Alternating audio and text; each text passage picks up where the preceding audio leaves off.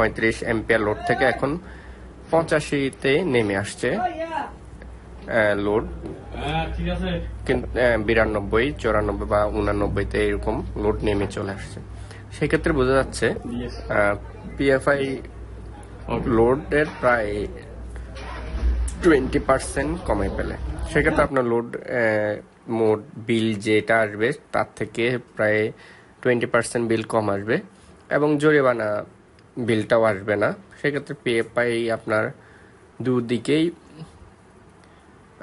উপকারে আসে। শুধুমাত্র যারা বলে যে আমার জরিমানা আসতেছে কেন, কিছুটা জরিমানা আসলেও যেখানে 1-2 হাজার টাকা জরিমানা আসে সেখানে আপনার তো বিল থেকে অনেক সেভ হচ্ছে।